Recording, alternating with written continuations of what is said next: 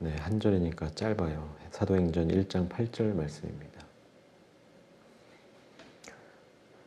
오직 성령이 너희에게 임하시면 너희가 권능을 받고 예루살렘과 온 유대와 사마리아와 땅끝까지 이르러 내 증인이 되리라 하시니라.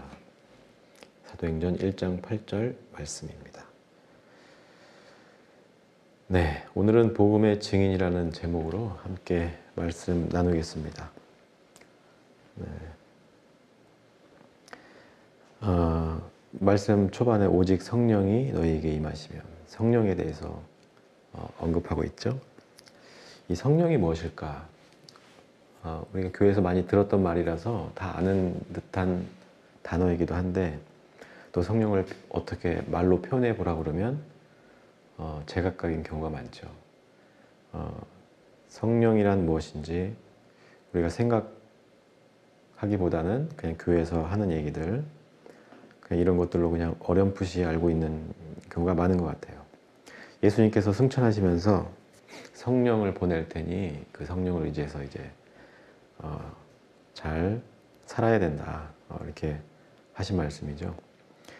이 성령은 그동안의 예수님의 사역과 또 죽으심과 부활하심을 통해서 우리를 구원하신 그 모든 일련의 과정에 대해서 이해하고 또 그 예수의 삶에 동참하고자 결단하는 사람에게 주어지는 그리스도인들에게 주어지는 선물 같은 거예요. 그래서 이 성령은 우리에게 삶의 방향성을 알려주고 길을 안내해주는 기준이 됩니다. 여러분들 GPS로 내비게이션이 작동되는 원리를 아시죠? 마찬가지예요. 우리도 예수님이라는 기준을 가지고 살아갈 때 우리가 길을 잃지 않고 나아갈 수 있는 겁니다. 이 성령에 대해서 오해하게 되면 혹은 우리가 성령에 대해서 무지하게 되면 우리가 쉽게 이단에 빠질 수도 있고 위험한 일이 될 수도 있어요. 그래서 우리가 가짜를 주의해야 되는데 여러분들 요즘 그 다큐멘터리나 시사 고발 프로그램 같은데 이단들이 종종 등장하잖아요. 이단들 특징을 보면 모양새는 여러 가지지만 좀 공통적인 게 하나가 있어요. 바로 이 성령을 오해하게끔 만드는 거예요. 지금 성령이 나에게 임했다. 하나님의 영이 임했다라고 하면서 내가 그 하나님의 말을 대언하는 것처럼 이렇게 이야기하면서 자기의 욕망을 쏟아내는 그런 사이비 교주들이 참 많이 있죠. 이제부터 하는 말은 하나님의 말이다 하면서 헌금을 강요하고 헌신을 강요하고 또 헌금도 강요하는 겁니다. 이게 성령의 이름을 빌어서 가스라이팅을 공공연하게 하고 있죠. 근데 사람들은 그 상황에서 성령이 임했다고 하니까 성령이 임한 것처럼 보이고 하니까 자기도 모르게 그 말에 귀 기울이게 되고 믿게 되고 또 그 사람이 하는 말에 전적으로 충성하는 이런 일들을 하게 되는 것이죠. 그래서 이 성령을 우리가 제대로 이해해야 해요. 이 성령은 모호한 단어잖아요. 모호한 단어들을 우리가 주의해야 돼요. 성령에 대해서 우리가 명확하게 정의 내릴 수 없다면 그냥 어렴풋이나마 성령에 대해서 이해하는 정도로 마치고 넘어가야 되는데 자꾸 이거를 어떤 눈에 보이는 어떤 확증을 원하는 이런 사람들은 성령을 쉽게 정의 내리고 간단한 말로 정의 내려서 그대로 믿는 경우가 많아요.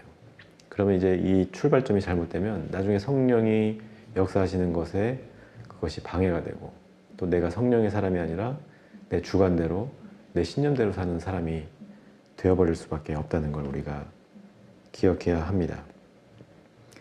이 모호한 단어들이 이단 교주나 또 일부 몰지각한 목회자들에게는 좋은 도구가 돼요. 모호하고 알 수 없는 말들을 명확하게 자신만의 언어로 풀어내면서 결국에는 성도들의 지지를 이끌어내고 성도들의 충성을 이끌어내는 것이죠. 그러면서 자기도 모르게 가스라이팅하게 되고 자신의 욕망을 이 교회 안에서 이루어가게 되는 훌륭한 도구가 되는 거예요. 성령, 하나님의 영, 그리고 천국 같은 것도 마찬가지예요. 천국 본 사람이 없잖아요. 천국에 대해서 우리가 뭐 지식적으로 아는 바가 조금 있긴 하지만 명확하게 천국이 무엇이고 하나님 나라가 무엇인지 우리는 본 적도 없고 경험한 적도 없어요.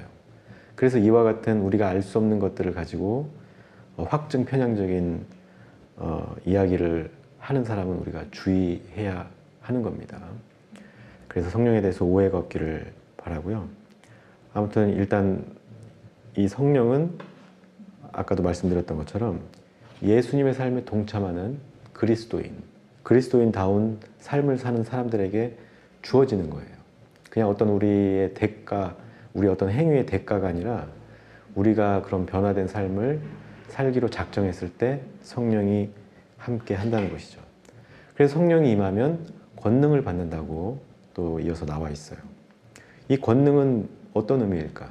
보통 사람들은 그래요. 우리가 예수 잘 믿고 교회 잘 다니고 교회 충성하면 권능을 받아서 막 하는 일도 잘 되고 또 사람들로부터 존경받는 사람이 되고 이런 위치, 지위를 얻고 한다고 생각할 수도 있는데 뭐 권능이란 단어의 뜻은 말 그대로 뭐 권위와 능력 정도는 되겠지만 이걸 돈이나 어떤 권력이나 자기의 어떤 영달 이런 것들로 착각하면 안 되는 거예요. 우리가 예수님의 마음을 품고 정의와 공의로운 방법으로 살아가는 사람들에게 주어지는 이것도 일종의 선물이에요. 카리스마라는 말 아시죠? 카리스마라는 말에는 또 재능이란 뜻이 포함되어 있어요. 우리가 예수 그리스도인으로서의 재능을 얻게 되는 거예요. 이게 뭐냐면 참 그리스도인으로서 살아가게 된다는 것이죠. 우리가 단순히 교회 다니고 나는 세례를 받았으니까 그리스도인이다 이렇게 이야기하면서 실제로는 원래 자기 모습대로 살아가는 사람들이 교회나 사회에 해악을 많이 끼치죠. 그런 그리스도인 말고 진짜 그리스도인이 돼서 예수님처럼 사람들을 사랑하고 그들을 위로하고 힘든 사람들 곁에 서는 사람들, 이런 사람들이 그리스도인인데 그런 사람들이 예수님의 마음을 품은 사람들인데 그들에게 주어지는 일종의 재능인 것이죠. 그래서 이런 재능은 쉬이 없어지는 것이 아니라 평생에 걸쳐서 나의 성품이 되고 나의 살아온 길이 되는 거예요. 그 길을 보고 사람들이 존경의 박수를 보내고 찬사를 보내는 겁니다. 그런 권능을 의미하는 거예요. 그런 권능을 바탕으로 해서 우리가 말을 할 때마다 행동할 때마다 사람들이 영향을 받고 그 좋은 선한 영향력을 통해서 이 세상이 조금씩 바뀌어 가는 것이죠. 네, 제가 비염 때문에 지난주부터 계속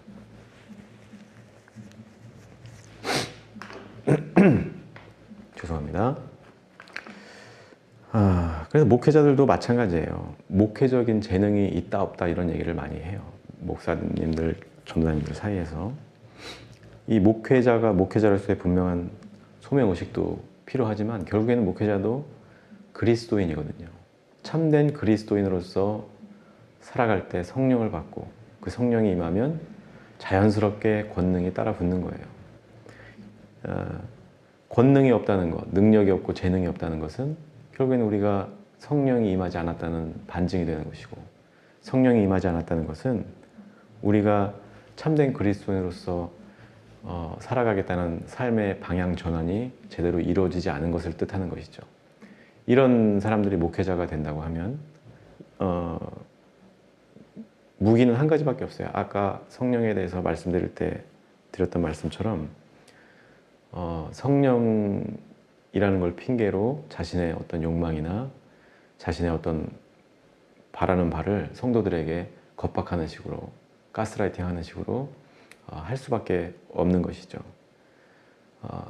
보통 이제 현명한 성도들은 그런 목회자 밑에 있지 못하고 이제 밖으로 나가겠지만, 또 순진하고 또 복음에 대해서 무지한 성도님들은 또 쉽게 그런 곳에 빠지고 그 목회자의 통제에 철저히 복종하는 이런 양태들을 볼 수가 있어요. 그래서 목회자들도 마찬가지고 일반 성도도 마찬가지지만 참된 그리스도인이 먼저 되어야 하는 거예요. 그래서 참된 구원에 이르고 또 성령을 받고 그로 인해서 권능을 받을 때 우리가 성도로서 또 목회자로서 자신의 재능을 마음껏 펼칠 수 있다는 것을 우리가 기억해야 하는 거예요. 이 권능이 없으면 손쉬운 방법으로 목회를 하고 또 교회 생활을 하려고 하는 거예요. 남에게 죄책감을 유발한다든지 남을 그렇게 가스라이팅 같은 걸 해서 통제를 하려고 한다든지, 가정에서도 아이들을 사랑으로 보살피는 것이 아니라 아이들을 겁주고 겁박해서, 그러니까 이 권위라는 것도 세워지지가 않는 것이죠. 교회에서나 가정에서나 사회에서도 마찬가지예요. 우리가 흔히 꼰대라고 말하는 사람들이 직책은 높을지라도 그 사람의 권위를 인정하는 사람은 없잖아요. 마찬가지예요. 그 사람들은 말하자면 자기가 하는 일에 그 하나님이 주신 그런 권능을 받지 않은 사람들이에요. 재능을 받지 않은 사람들이에요. 그러다 보니까 높은 지위를 이용해서 밑에 사람들을 갈구고 힘들게 하는 것이죠. 이게 좀 사회의 문제로 발전할 수도 있는 위험천만한 일입니다. 그런데 이런 것들이 가정에서든 교회에서든 많이 일어나고 있다는 게 참 안타까운 일이죠. 그래서 성령이 임하면 권능을 받아서 우리는 무엇이 되는가? 오늘 말씀처럼 증인이 되는 거예요. 예루살렘과 유다와 사마리아와 땅끝까지 이르러 내 증인이 되리라. 먼저 예루살렘은 그야말로 종교적인 모든 말과 행위가 이루어지는 곳을 뜻해요. 당시의 예루살렘은 대속죄일이라는 게 있어서 1년에 한 번씩 사람들이 그날에 가서 제사를 드리고 자기의 죄를 씻는 이런 풍습이 있었어요. 그래서 그 안에서 제사나 예배를 통해서 우리의 죄를 씻고 반성하고 이런 기능이 있었는데, 그 기능을 예루살렘 교회가 이제 잃어버리기 시작했죠. 타락해서 돈 장사하고 사람 장사하는 이런 일들이 비일비재했어요. 예수님께서도 가서 상을 엎으면서 이 독사의 자식들아 하면서 욕을 했었죠. 이곳에 복음이 필요하다는 거예요. 이걸 오늘날의 의미로 바꿔서 생각해 보자면 교회가 될 수 있는 거예요. 교회라는 곳이 하나님을 만나고 예수님으로부터 구원받는 신성한 장이어야 하는데, 이 교회가 언젠가부터 돈 장사를 하고 숫자 노름을 하고 권력 노름을 하는 이런 곳으로 변질이 되어버렸죠. 그래서 어떻게 보면 복음이 가장 필요한 곳이 아이러니하게도 세상이 아니라 이 교회일 수 있다는 거예요. 우리가 속한 공동체, 우리가 속한 가정, 이런 곳이 복음이 필요한 곳이 될 수 있다는 것이 어떻게 보면 서글픈 일이고 또 안타까운 일이지만, 실제적으로 우리가 그럴 수밖에 없는 상황에 놓여 있죠. 그리고 이제 유대라고 하는 것은 그래요. 우리가 속한 공동체를 뜻하는 거예요. 당시에 유대인들의 그 뿌리 깊은 율법의식, 그런 세계관 때문에 이 복음이 구원의 그런 역사가 제대로 이해되지 않고 호도되고 왜곡되고 변질되는 일들이 많이 있었어요. 특히 뭐 할례를 받아야 된다는 이런 전통을 앞세워서 할례를 구원받는 조건으로 막 내세운다든지. 그래서 이 사람들에게도 말하자면 복음이 필요했던 거예요. 뭐 오늘날의 의미로 따져보면 뭐 가정이나 지방자치단체나 국가나 뭐 이런 것들이 될 수 있겠죠. 당연히 우리가 복음 들고 함께 해야 할 공동체입니다. 그 변하지 않는 생각을 우리가 깨트려주고 진일보할 수 있도록 이 복음을 가진 자들이, 구원받은 자들이 앞장서야 하는 것이죠. 그리고 사마리아는 우리가 편견을 가지고 대하던 모든 대상을 뜻하는 거예요. 당대의 사마리아는 유대인들이 가장 혐오하고 가장 천대시 여겼던 지역이죠. 거기 있는 사람들도 마찬가지고. 그 왜 사마리아인들을 유대인들이 증오했는지는 나중에 한번 이야기 나눌 수 있는 기회가 있었으면 좋겠네요. 아무튼 지금 와서 생각해 보면 그래요. 우리가 편견을 가지고 있는 대상이 누가 있죠? 우리가 아니라 이제 한국교회 공통적으로 많이 가지고 있는 생각 중에 하나가 동성애자라든지, 이번에도 퀴어 축제로 소란스러웠잖아요. 서울은 그 집회를 불허하고 대구시에서는 축제를 경찰은 허가했는데 지방자치단체가 반대하면서 공권력끼리 부딪히는 이런 일들도 있었고요. 그만큼 우리 사회에 이 편견이 굉장히 뿌리 깊이 박혀 있다는 것을 보여주고 있어요. 그런데 우리가 성령을 받고 권능을 받은 사람이라고 한다면 그런 사마리아인들, 동성애자들, 그런 사람들에게도 가야 한다는 것이죠. 그들에게도 하나님의 사랑과 구원의 소식을 전해야 한다는 겁니다. 사마리아에 가서 증인이 되라. 이 말은 편견과 혐오를 끝내고 그들도 우리와 똑같은 하나님의 자녀임을 인정하라는 뜻이에요. 그들도 귀한 영혼이라는 것을 우리가 알아야 한다는 것이죠. 복음은 뭐 자격이 특별히 있는 사람에게만 주어지는 게 아닌 거예요. 모든 생명에게 적용되는 은혜죠. 은혜라는 게 뭡니까? 잘한 사람에게 주어진 거는 그냥 선물이에요. 그리고 아니면 선물이라고 표현하기 뭐한다면 그 대가를 받는 거예요. 그런데 은혜는 잘한 사람 못한 사람 구별 없이 주어지는 게 은혜거든요. 우리가 날마다 하나님의 은혜를 찬양하고 예수님의 은총을 이야기하면서 정작 우리는 사람들을 혐오하고 대적하고 천대시 여기고 있지는 않은가, 이 말씀을 통해서 돌아봤으면 좋겠습니다.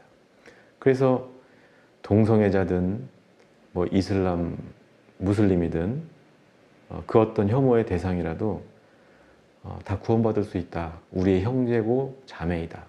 연약한 사람들이지만 우리의 친구다 라고 하는 것이 바로 진짜 은혜죠. 이 정도는 돼야 은혜인 것이죠. 우리가 은혜를 그렇게 가볍게 입에 오르내릴 수 있는 게 아니에요. 우리가 은혜를 얘기하면서 누군가를 미워하고 혐오한다면 그 은혜는 값싼 은혜가 되고 마는 겁니다. 마지막으로 이제 로마. 당시의 땅끝은 신학자들의 이야기에 따르면 로마를 이야기하는 거였어요. 왜냐하면 로마에 복음이 들어가면 로마가 변화됐을 때 그 파급은 굉장하거든요. 로마가 당시 뭐 세계를 지배하고 있었다고 해도 과언이 아니었으니까요. 그래서 이 로마에 복음을 전하기 위해서 사도 바울이 그렇게 애를 많이 썼어요. 결국에는 이제 사도 바울 뜻대로 로마가 복음화되고 그 이후에는 또 여러 가지 뭐 부작용들도 많이 있었지만 유럽 전역에 그리스도의 복음이 전파되는 이런 발단이 되었죠. 지금에 와서 이 땅끝을 한번 생각해 보세요. 이 복음, 구원이 필요한 곳, 이 복음이 일어나서 그 사람을 변화시키고 그 사람을 통해서 그가 속한 공동체와 사회가 변화되게 하고자 하는 마음을 가지고 있다면 어떻게 보면 이 구원이 필요한 모든 곳이 어떻게 보면 땅끝이 될 수가 있는 거예요. 정의가 사라진 곳, 구원이 필요한 것이죠. 또 사랑이 없는 곳, 혐오가 넘치는 곳, 그곳이 땅끝이 될 수 있는 거예요. 하나님의 사랑이 가장 절실히 필요한 곳이 우리 가정이라면 우리 가정이 땅끝이 될 수 있다는 겁니다. 복음을 전한다면서 뭐 선교한다면서 오지를 찾아서 이렇게 헤매이는 것보다 어떻게 보면 눈앞에 있는, 내 발 앞에 있는 현실 속에서 이 땅끝을 찾을 수 있는 것이죠. 요즘에 이제 뭐 정치적으로 많이 시끄럽고 하지만 국민들을 도탄에 빠뜨리는 무능하고 부패한 정부가 있다면 그 정부를 타도하고 탄핵을 주장하는 그 현장이 어떻게 보면 우리의 관심과 사랑이 필요한 곳일 수도 있는 것이죠. 그 행위들로 인해서 많은 사람들이 정치적인 탄압이나 어떤 불합리로부터 벗어날 수 있잖아요. 이 구원이라는 건 단순히 예수 믿고 천국에 가는 것으로 끝나는 것이 아니라 그것은 이제 우리의 죽고 나서 사후의 일이고 당장은 우리가 살아가는 세상을 하나님 나라로 천국으로 만드는 거예요. 그래서 이 정치적인 활동이 왜 목사가 정치적이냐 이런 질문을 저도 많이 받는데 목사는 아니지만 그런 질문을 받을 때마다 되게 황당한 거예요. 사실 정치가 변해야 이 땅의 국민들이, 백성들이 편안해질 수 있거든요. 우리가 정치에 기여하는 것도 정치인들이 바른 길로 갈 수 있도록 유도하는 것도 어떻게 보면 복음 전하는 것과 크게 다르지 않는 거예요. 왜냐하면 그 선한 변화를 통해서 많은 힘없는 백성들이 혜택을 볼 수 있기 때문에 우리는 그런 현장까지도 땅끝으로 생각하고 복음 들고 나가야 하는 것이죠. 그냥 기계적으로 먼 곳이 아니라 복음이 필요한 그 현장이 바로 땅끝이라는 의미인 것이고 그곳에 우리가 있어야 한다는 겁니다. 마지막으로 중요한 것은 증인이 되라는 말이에요. 증인이 된다는 것의 의미는 뭐냐? 증인은 뭔가 보고 듣고 경험한 사람이 증인이 될 수 있잖아요. 그래서 여러분들이 교회 안에서 여러 가지 설교나 프로그램 통해서 듣고 배웠겠지만 그것이 온전히 내 것이 되지 않는다면 나는 그것에 대해서 증언할 수가 없는 거예요. 그냥 들은 풍월로 증인이 된다는 것은 말이 안 되는 것이죠. 법정에서도 그랬잖아요. 법정에 가서도 내가 A라는 사람에게 이런 말을 들었다. 이거는 증거로 채택이 되지 않죠. 그것을 직접 들은 사람이 증인이 되는 거예요. 말하자면 우리도 예수님을 직접적으로 경험을 해야 되는 것이죠. 물론 예수님이 지금 눈앞에 있지 않기 때문에 우리가 예수님을 대면해서 예수님 말을 듣고 경험한다는 것은 어려운 일이죠. 그러나 우리가 하나님을 믿고 교회 다니는 그 과정 속에서 배우고 경험하게 되면서 얻게 된 이해와 그거에 대한 나의 결단으로 인한 믿음, 이것을 가지고 나의 생각과 말과 행동을 전환했을 때 또 거기서 하나님의 뜻을 발견하고 이것이 하나님이 나에게 주신 은총이고 은혜고 구원이구나 이런 확신이 들었을 때 우리는 비로소 증인이 될 수가 있는 거예요.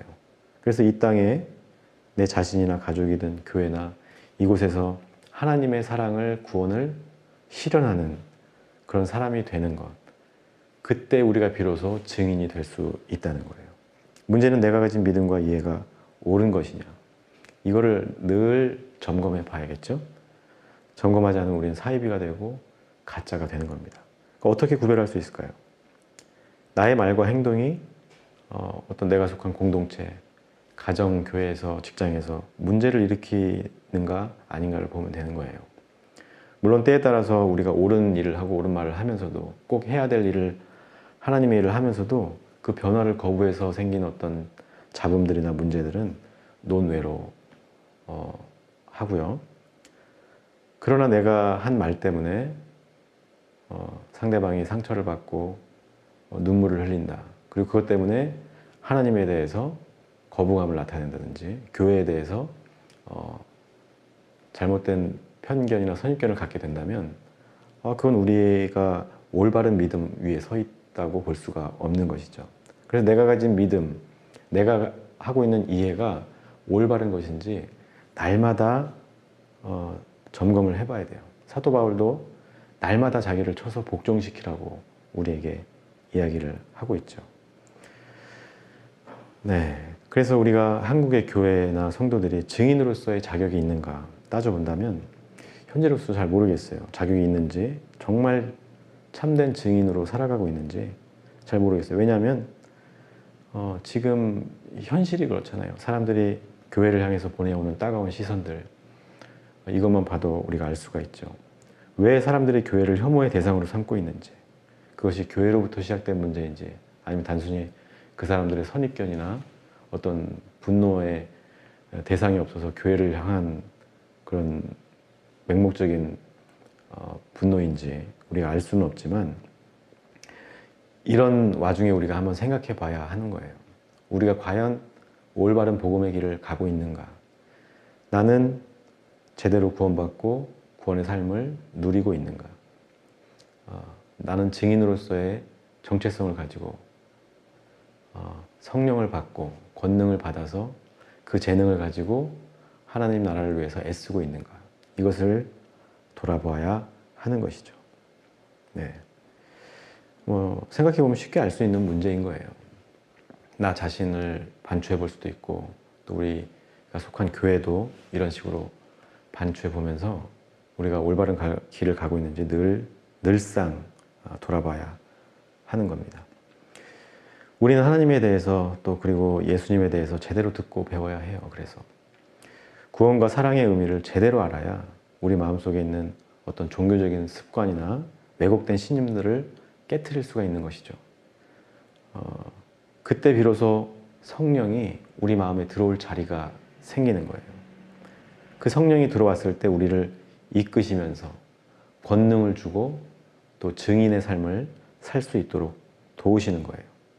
성령을 뭐 이렇게 저렇게 정의할 수 있지만 결국에는 나를 돕는 존재라고 기억을 하시면 좋을 것 같아요. 내가 마음을 비웠을 때 그 성령이 내 마음에 함께 하시면 내가 선한 생각을 하고 선한 길로 가고자 하는 의지가 생긴다는 거예요. 이것을 기억했으면 좋겠습니다. 이렇게 성령의 이끌림을 받는 삶이 아니라 내 의지대로 살아가는 사람들이 잘못된 신념을 가지게 되면 뭐 길거리에 나가서 예수 중국 불신족하면서 사람들을 혐오의 대상으로 만들고 그들의 삶을 짓밟고 갈기갈기 찢어버리는 이런 숭악한 짓들을 하게 되는 것이죠.